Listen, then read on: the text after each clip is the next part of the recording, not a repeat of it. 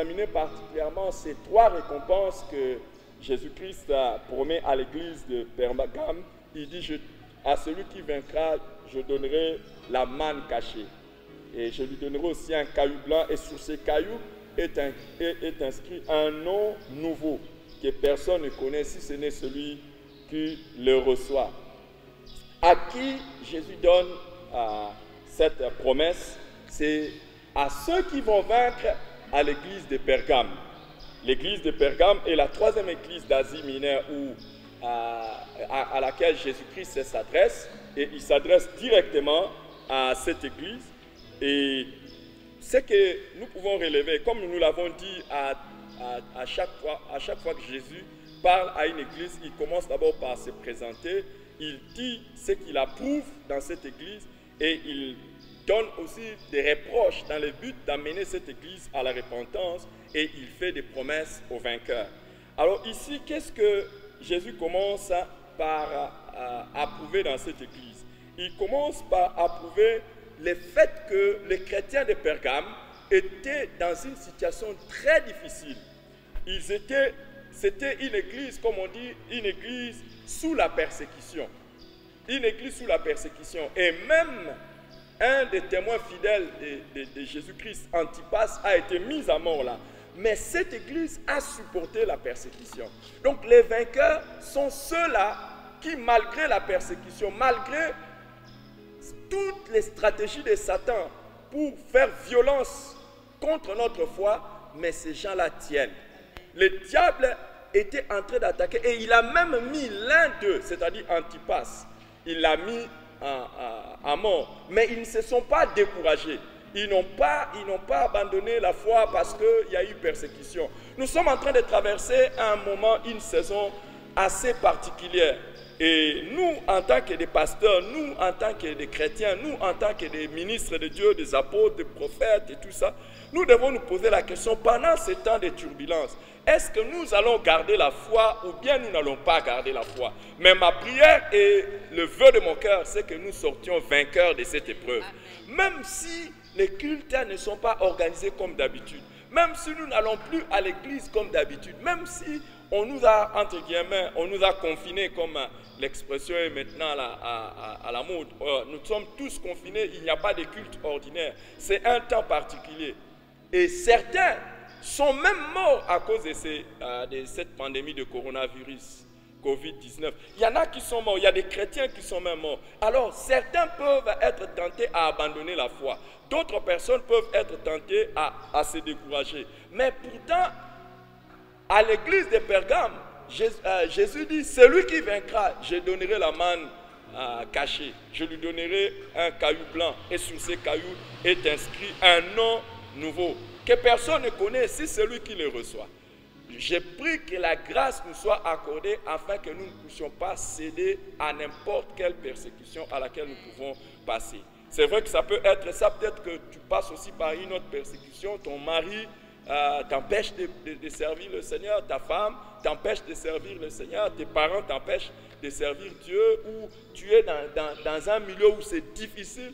Jésus dit aux chrétiens de Pergame, je sais là où tu demeures, que c'est là même qu'habite, là même où se trouve le siège de Satan. En fait, à Pergame, c'était le lieu du culte impérial. C'est là qu'on adorait l'empereur. C'est là qu'on avait établi le culte de l'empereur. Et il dit, je sais que là où tu es, c'est là que est le siège de Satan. Donc la vie chrétienne à Pergame était très difficile. Imaginez là où Satan siège. C'était très difficile. Vous aussi, vous pouvez vous dire que vous êtes dans une famille très difficile. Vous êtes la seule personne qui prie. Vous pouvez dire que vous ne trouvez pas le moyen d'exprimer votre foi parce que là où vous êtes, dans votre entreprise, dans votre école, dans votre université, dans votre auditoire, dans votre salle de classe, dans votre lieu de travail, tous sont des serviteurs. En fait, là règne Satan. Tous sont des serviteurs de Satan. Mais comme les chrétiens de l'église de Pergame, vous pouvez sortir vainqueurs. Et nous devons sortir vainqueurs. Pourquoi? Parce qu'il y a une récompense réservée aux vainqueurs. Alors, les amis, important de savoir ça, que la persécution que nous sommes en train de subir n'est pas vaine. Et même quand nous sommes en train de résister à la persécution, ce n'est pas vain. Dieu nous donnera des récompenses. Mais quand il termine ça, il commence à reprocher maintenant à l'église de Pergame quelque chose. Je prie vraiment que le Seigneur ne nous le reproche pas. Il dit, mais j'ai quelque chose contre toi. C'est que tu as des gens attachés à la doctrine de Balaam qui enseignaient à mettre des pierres d'achoppement devant les enfants d'Israël afin qu'ils mangeassent des viandes sacrifiées aux idoles et qu'ils se livrent à l'impudicité. Pour la petite histoire, c'est dans Nombre chapitre 22, quand les enfants d'Israël sont sortis de l'Égypte et qu'ils se dirigeaient vers la terre promise, il y a un certain Balak qui était venu devant eux et qui voulait les combattre. Alors, sachant que les enfants d'Israël étaient puissants, il a cherché l'occasion, comment les avoir. Alors, il est allé appeler un sorcier du nom de Balaam, et pour qu'il vienne les maudire, parce que s'il les maudit, et après les avoir maudits, lui, Balak, aurait la supériorité sur lui. En fait, de cette histoire, il y a une grande leçon à retenir. Retenons cette leçon. Dans notre parcours vers notre bénédiction, c'est-à-dire comme les enfants d'Israël avaient quitté l'Égypte pour partir à Canaan, et même dans notre parcours pour aller au ciel, il y a des gens qui ont de mauvais projets contre nous et qui cherchent à nous arrêter net à ce que nous n'arrivions pas. Ne pensez jamais à une vie chrétienne sans ennemis. Ne pensez jamais à une vie chrétienne sans piège de Satan. Non, non, non, non. Il tente de tout son possible à nous piéger. Mais par la grâce de Dieu, nous pouvons sortir vainqueurs. Amen. Par la grâce de Dieu, nous allons sortir vainqueurs. Amen. Balak est allé chercher Balaam pour qu'il vienne maudire les enfants d'Israël. Alors, Balaam a essayé de maudire. Il a essayé de maudire. Ça n'a pas marché. Alors, pourquoi? Parce qu'on ne peut pas maudire celui que Dieu a béni. Et je vois aussi tes ennemis être incapables de te maudire au nom de Jésus-Christ. Aucune malédiction ne fonctionnera contre toi au nom de Jésus-Christ. Aucune malédiction ne fonctionnera contre toi au nom de Jésus-Christ. Alors, sachant qu'aucune malédiction ne pouvait fonctionner, il dit non, non, non, non. Balaam lui donne une ruse. Et c'est là que nous devons être vainqueurs. Quelle est la ruse que Balaam donne à Balak? Il lui dit, écoute, et amène les enfants d'Israël à se compromettre. C'est-à-dire, amène les enfants d'Israël à faire ce qui est mal aux yeux de Dieu. Quand Dieu va les abandonner, c'est alors que toi, tu pourras avoir le dessus sur eux. C'est-à-dire, c'est ce que Balaam avait fait. Il demande à Balak, et Balak a fait alliance avec les enfants d'Israël. Il a demandé qu'ils puissent faire échange des hommes et des femmes pour qu'ils se marient. Et c'est ce qu'ils ont fait, hélas. C'est ce qu'ils ont fait. Et Dieu a châtié les enfants d'Israël et beaucoup sont morts dans les déserts au lieu d'arriver à la terre promise. Alors, Jésus reproche à l'église de Pergame qu'il y a des gens qui sont là, qui enseignent la doctrine de Balaam. Donc, il y a des gens qui vivaient la doctrine de Balaam. Ça veut dire quoi? Rappelons-nous, nous sommes dans l'église. Nous sommes dans l'église et dans l'église, il y a Balaam. Balaam, c'est un sorcier. C'est juste pour vous faire comprendre que un sorcier peut être en train d'opérer dans l'église. Donc, il y a des gens... En fait, un sorcier, si vous voulez avoir une définition simple de la sorcellerie, c'est une personne qui se met en accord avec les démons et les puissances des ténèbres pour nuire aux autres, pour faire des choses extraordinaires. C'est lui un sorcier. Et Balaam était un sorcier qui a été invité pour venir faire des travail contre Israël. Mais Jésus déplore qu'à l'église de Pergame, il y a des gens attachés à la doctrine de Balaam. Ça veut dire qu'il y a des chrétiens attachés à cela. Et comment nous pouvons les qualifier aujourd'hui? Il y a des chrétiens qui se laissent sous le, entre guillemets, je dis entre guillemets, chrétiens, qui se laissent sous l'influence de Satan pour faire tomber les autres. Il y a des filles qui ont été envoyées par Satan pour faire tomber des pasteurs, des prophètes, des apôtres, des évêques, des évangélistes. Malheureusement, ils ont réussi dans certains cas. Mais pour vous et moi, ils ne réussiront pas. Nous allons vaincre au nom de Jésus-Christ. Il y a des filles qui ont été envoyées, il y a des garçons aussi qui ont été envoyés pour faire tomber les sœurs dans les mauvaises choses, pour amener les gens dans le compromis. Quand Jésus dit à celui qui vaincra, toute personne qui cherchera à te faire chuter, qui ne réussisse pas. Amen. Mais Jésus-Christ se déplore aussi une autre chose. Il dit non seulement qu'il y a des gens attachés à la doctrine de Balaam, mais il y en a d'autres qui sont encore attachés à la doctrine de Nicolaïte. La doctrine des Nicolaïtes, nous en avons parlé quand on avait parlé de la première église. Ce sont des personnes qui sont dans l'église, mais qui acceptent, au fait, ils acceptent de vivre une vie mondaine, mais dans l'église. Ils sont dans l'église, mais ils vivent comme dans le monde. La Bible a dit, n'aimez pas le monde. Celui qui aime le monde est ennemi de Dieu. Celui qui vaincra, celui qui mangera la manne, celui qui mangera la manne cachée, celui à qui Dieu donnera les cailloux blancs, et sur lequel est écrit un nom nouveau. C'est celui qui refuse d'être mondain. C'est celui qui refuse de faire les choses comme le monde le dit. Il y a des gens qui se disent chrétiens, mais quand vous regardez leur manière de parler, ça n'a rien de différent que des païens ou les gens du monde. Quand vous regardez leur manière de s'habiller, quand vous regardez leur manière de vivre, ils sont dans toutes sortes de compromis, ils sont dans toutes sortes de choses. Ils font la même chose que font le monde.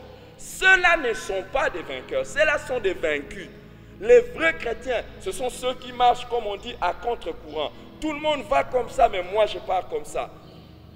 Si tout le monde fait la corruption dans l'entreprise, les vainqueurs disent, je ne ferai pas la corruption. Si tout le monde fait la corruption à l'université, si tout le monde fait la corruption à l'école, tout le monde triche, les vainqueurs est celui qui dit, je ne tricherai pas. Si tout le monde vole, si tout le monde vend, si tout le monde ment, pardon, si tout le monde ment, les vainqueurs est celui qui va dire, moi je ne mens pas. Dans le monde, on dit, oh, tu peux mentir, oh, c'était seulement une blague, j'ai menti, c'était seulement une blague. Mais un vainqueur est celui qui ne permettra pas que de sa bouche sorte un mensonge. Si toutes sortes de personnes sont prêts à manger n'importe quelle commission, j'ai fait ceci, je mange commission, je mens, je triche. N'oubliez pas, hein, Ananias et Saphira sont morts du coup parce qu'ils ont mangé. Ils ont menti. Les mensonges, c'est quelque chose de grave. Et il y a beaucoup de chrétiens qui mentent et qui sont à l'aise dans les mensonges. Ce ne sont pas ceux-là qui sont des vainqueurs. Mais Jésus dit, celui qui vaincra, je donnerai la manne cachée. Vous savez, la manne cachée nous renvoie déjà à ce que Dieu a fait dans l'Ancien Testament. Quand les enfants d'Israël étaient en train de murmurer dans les déserts parce qu'ils avaient faim, parce qu'il manquait quoi faire, il y a quelque chose d'extraordinaire qui s'est passé, c'est que Dieu leur a dit, ok, comme vous avez murmuré, je vais vous donner une nourriture spéciale qui descendra du ciel. Et cette nourriture va vous accompagner durant les 40 années dans le désert. Et chaque matin, le Seigneur faisait descendre le pain du ciel et il envoyait un vent qui amenait la caille pour que son peuple puisse manger. Et ce pain-là venait du ciel, ça. C'était un pain spécial. Alors, la caractéristique de ce pain, c'est que c'était un pain non seulement spécial, extraordinaire, mais un pain qu'eux ne connaissaient pas. Alors, ce qui s'est passé, c'est que quand Dieu a donné à ses enfants d'Israël ce pain, les premiers jours, quand ils ont vu cela, ils ont dit, qu'est-ce que c'est? Qu'est-ce que c'est là? C'est ça la signification de la manne. Donc quelque chose d'étonnant, une nourriture étonnante, une nourriture qui surprend. Jésus-Christ, quand il est venu, il a dit que lui, il était le meilleur pain de Dieu, le pain qui est descendu du ciel. Il nous l'a dit dans Jean chapitre 6, qu'il est le pain qui est descendu du ciel. Il dit, vos pères ont mangé la manne dans le désert, ils sont morts. Et moi, je suis le pain qui est descendu du ciel. Et celui qui mangera ne mourra pas. Celui qui mangera la manne que Jésus lui donne, parce qu'il a été vainqueur de la persécution, parce qu'il a été vainqueur en refusant les compromis, il a été vainqueur en refusant de se conformer au monde, mangera un pain avec lequel il ne mourra plus jamais. Et j'ai pris que je puisse goûter à cela. Il y a des choses qui seront extraordinaires au ciel. Et parmi ces choses, c'est manger. Et manger quoi? La manne. Et Jésus dit, il mangera la manne cachée. Waouh! Si les gens ont mangé la manne dans le désert, si Jésus-Christ se présente comme le pain qui est descendu du ciel, j'ai hâte d'entrer au ciel et de manger cette manne cachée que Jésus réserve à tous ceux qui vaincront. Et l'histoire nous montre que c'est chaque matin qu'il y avait la manne qui descendait. Chaque matin, les enfants d'Israël allaient pour prendre tout ce qu'il fallait pour la vie. Bientôt, nous allons vivre dans un monde où chaque jour, le Seigneur pourvoira à une nourriture extraordinaire. Nous qui sommes en train de manger, le Seigneur pourvoira à une nourriture extraordinaire. Et de la même manière que les enfants d'Israël ont été étonnés de cette nourriture, je vois mon étonnement. Je ne sais pas si toi tu vas manger cela. Moi, c'est ma lutte à moi pour que je mange cela. Et j'espère que c'est votre lutte également, que nous puissions manger ces pains. Je vois le ciel comme un endroit de surprise chaque jour. Parce que les enfants d'Israël étaient surpris. Et là, il dit, je vous donnerai la manne cachée. Et il y aura toujours quelque chose de nouveau et d'extraordinaire au ciel. C'est pour ça, ne pensez pas que le ciel sera un endroit où nous serons las de plaisir. Non, non, non, nous ne serons pas las de plaisir et de bonheur. Il y aura un bonheur renouvelé, il y aura un bonheur extraordinaire qui viendra chaque jour. Et que Dieu nous bénisse, que Dieu nous garde de tout péché, que Dieu nous garde de tout compromis, que Dieu nous donne la force de résister contre la persécution, afin que nous puissions prendre part à la manne cachée. Et la deuxième récompense des vainqueurs qu'il donne à l'église de Pergame, il dit, à celui qui vaincra, je lui donnerai un caillou blanc. Un caillou blanc sur lequel est inscrit un nom nouveau. Mais commençons d'abord par le caillou blanc. Le caillou blanc a posé beaucoup de problèmes aux interprètes de la Bible. Mais pour comprendre la Bible, n'oublions pas que le message est adressé à un peuple qui peut comprendre l'essence des paroles de Dieu. Et il a donné ça dans un contexte particulier. L'usage des cailloux blancs à l'époque de la rédaction de la Bible, qu'il s'agisse de la culture juive ou de la culture grecque ou même de la culture environnante, nous renvoie à trois choses particulières. La première chose à laquelle les cailloux blancs nous renvoient, c'est le symbole de l'acquittement.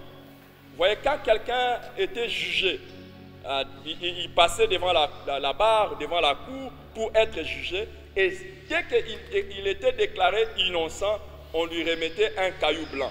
Et ce caillou blanc, il pouvait aller le présenter pour dire « Ah, écoutez, je suis innocent » ou « J'ai été acquitté » ou « Si j'avais fait des choses, ma dette a déjà été payée, personne ne pourra plus jamais me poursuivre. » Alors, nous avons fait beaucoup de choses qui ont déplu à Dieu.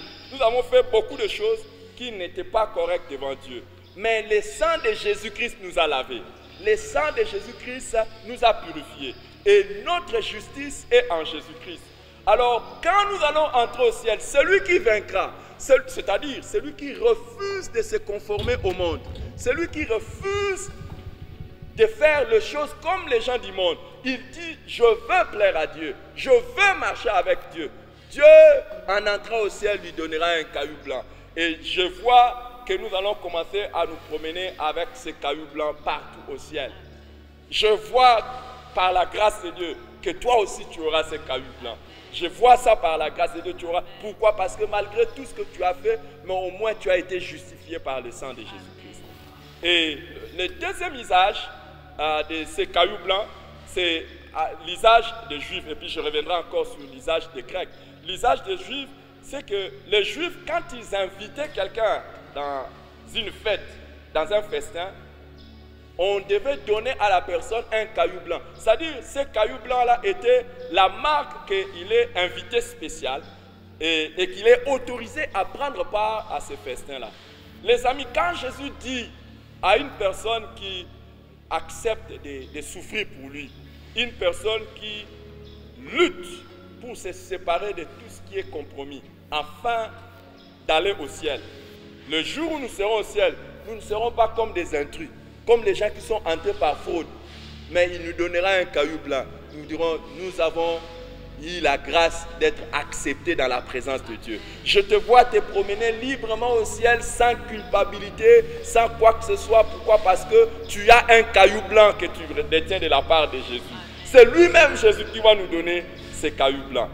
Et le troisième le troisième usage du caillou blanc, c'était comme une sorte de sésame qu'on donnait à un athlète qui avait remporté une course. Vous voyez, quand vous avez remporté une course et qu'on doit vous donner votre trophée, alors on pouvait remettre un caillou blanc lors d'une cérémonie. Lors d'une cérémonie, on remettait à celui qui avait remporté la victoire un caillou blanc. Oh, j'ai toujours regardé les Jeux olympiques, j'ai toujours admiré le moment que j'admire le plus lorsque je regarde les Jeux olympiques, ce n'est pas le moment où quelqu'un gagne la course ou gagne l'épreuve. Le moment où j'admire, c'est le moment de remise des trophées. Quand on remet les trophées à la personne, et si vous avez été les premiers, vous devez monter sur une marche, et quand vous êtes là, et on vous remet votre médaille, et si vous avez eu une médaille en or, on chante l'hymne national. On chante l'hymne national. Je vois une cérémonie au ciel pendant que le Seigneur sera en train de le remettre à une personne, à vous et à moi, certainement à vous et à moi. Et je souhaite en tout cas pour les meilleurs au monde assister aussi à la cérémonie pour ma femme et à ma cérémonie à moi-même. Ou quand on sera en train de nous remettre ces couronnes, j'imagine les anges en train de chanter, les anges en train de célébrer. Il a vaincu. Il a vaincu, malgré les tentations, malgré les pièges des gens qui voulaient le faire tomber, malgré les gens qui voulaient l'amener dans les compromis, malgré qu'on l'a attaqué, malgré les persécutions, il a tenu et ils chanteront l'hymne au ciel. Ça sera quoi? Alléluia, Alléluia. Je ne sais pas, mais il y aura quelque chose qui va être fait en notre honneur quand nous serons au ciel. Ne ratons pas ça pour rien au monde. Ne triche pas pour avoir un diplôme, ne triche pas pour avoir une récompense sur la terre et perdre la récompense au ciel. Les meilleures récompenses sont au ciel. Et la dernière chose que Jésus promet à cette église de Pergame, il dit, sur ces cailloux blancs sera inscrit un nom nouveau. Je te donnerai un nom nouveau. Inscrit sur ces cailloux blancs que personne ne connaît. Ah! Waouh! Vous savez, le jour où vous venez au monde, vos parents qui vous aiment vous donnent un nom. Et vous marchez avec ce nom-là toute votre vie. L'extraordinaire, honnêtement, je ne savais pas. Mais le jour où je me suis marié avec mon épouse, j'ai eu un autre nom. Et elle m'appelle d'un autre nom. Un autre nom et un nom nouveau. Il y a beaucoup de noms, peut-être quand elle m'appelle, vous pouvez entendre, parce que nous sommes sur la terre. Mais lors de notre mariage au ciel, avec notre époux céleste, Jésus-Christ, il nous promet, si nous arrivons à vaincre, il nous donnera un autre nom, un nom nouveau.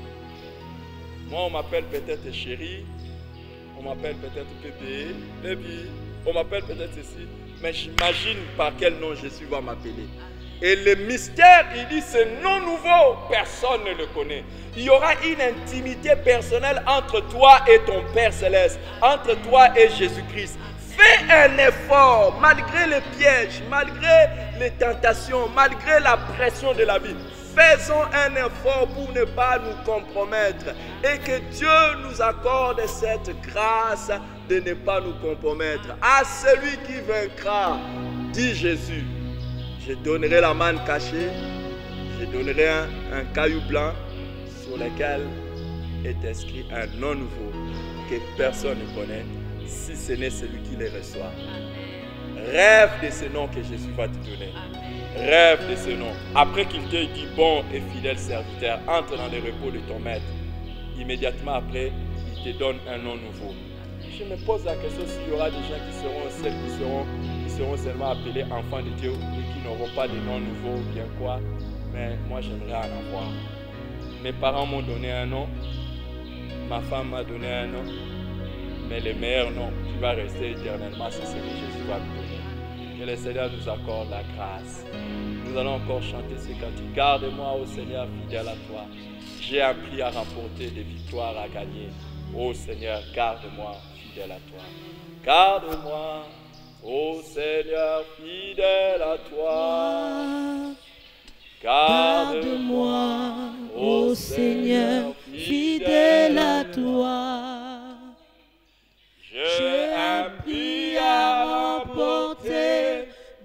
victoires à gagner. Ô Seigneur, garde-moi fidèle à toi. Fidèle à toi. Garde-moi, ô Seigneur, fidèle à toi. Oh Jésus. Garde-moi, ô Seigneur, fidèle à Fidèle toi. à toi. J'ai appris à remporter de victoires à gagner. Ô Seigneur, garde-moi fidèle à Fais cette toi. prière, fais cette prière devant Dieu, fais cette prière devant le Seigneur. Fais cette prière devant le Seigneur, Ô fais cette prière devant Seigneur, le Seigneur. fidèle à toi. Oh, garde-moi, garde-nous, garde-nous, fidèle à toi, Seigneur. Garde, Ô oh mon Dieu, chaque Seigneur, membre de notre fidèle famille, à chacun de nos frères et toi. sœurs en Christ éternel des amours, mon Dieu. J'ai Dans cette nation éternelle des armées, dans le monde entier, garde-nous fidèles à toi. Oh, garde-nous fidèles à toi, Seigneur. Garde-nous fidèles à toi, Seigneur. Ô Oh Seigneur, mon Dieu, malgré les épreuves, malgré les pièges, fidèle malgré à toi. la pression du monde, Seigneur, nous voulons rester fidèles à toi. Seigneur, Oh, garde. merci Seigneur. Oui, Seigneur, garde. Seigneur, garde. Seigneur, garde. Seigneur, garde. Seigneur, garde. Est-ce que tu peux faire des prières pour ta propre vie afin de ne pas céder à la pression de la persécution? Est-ce que tu peux faire des prières pour ta propre vie afin que tu ne te laisses jamais prendre dans les pièges de ceux qui veulent que tu fasses du mal? De toutes ces personnes qui sont des Balaam dans l'église, des gens qui viennent nous inciter à entrer dans les compromis afin de perdre notre récompense. Prie. Ou mieux, prions le Seigneur, prions le Seigneur, prions le Seigneur. Dieu, garde-nous, garde-nous, garde-nous. Garde mon âme. Oh, Et Jésus a dit qu'il est prêt à combattre ceux qui sont en train de se donner à cette doctrine-là. ce chemin de la vie. Là où tu es, j'aimerais que tu pries pour ton église. Yahweh, Nous allons prier afin que le Seigneur expose, que le Seigneur expose les infiltrés, oh Seigneur, les gens qui sont envoyés ou qui sont là pour nuire aux autres. Ils ne réussiront pas au nom de Jésus-Christ. Prie pour ton église locale. Prie pour ton église locale. Prie pour la parole de vérité, le centre évangélique parole de vérité. Prie pour ton église locale si tu es de notre église locale. Prie pour ton église afin que les infiltrés ne réussissent jamais. Que les infiltrés ne réussissent pas leur mission. Qu'ils soient des simples fidèles, qu'ils soient des lourds ravisseurs, c'est-à-dire des serviteurs de Dieu qui entrent, qui ne réussissent pas. Au nom puissant de Jésus-Christ. Qui ne réussissent pas au nom de Jésus-Christ. Oh, que le feu de Dieu expose leurs œuvres. Que le feu de l'Esprit expose leurs œuvres au nom de Jésus. Loin de moi, loin de nous, loin de notre église, les Balaam. Loin de nous, les gens attachés à la doctrine de Nicolaïtes. Les gens éternels des armées qui cherchent à amener les autres dans le compromis. Seigneur, merci. Merci de nous garder de ces personnes et de les amener à la repentance. Et s'ils ne veulent pas se repentir, éternel des armées, qu'ils s'en aillent au nom de Jésus. Qu'ils s'en aillent loin de nous. Combat-les par l'épée de ta bouche. Combat-les par l'épée de ta bouche. Combat-les par l'épée de ta bouche.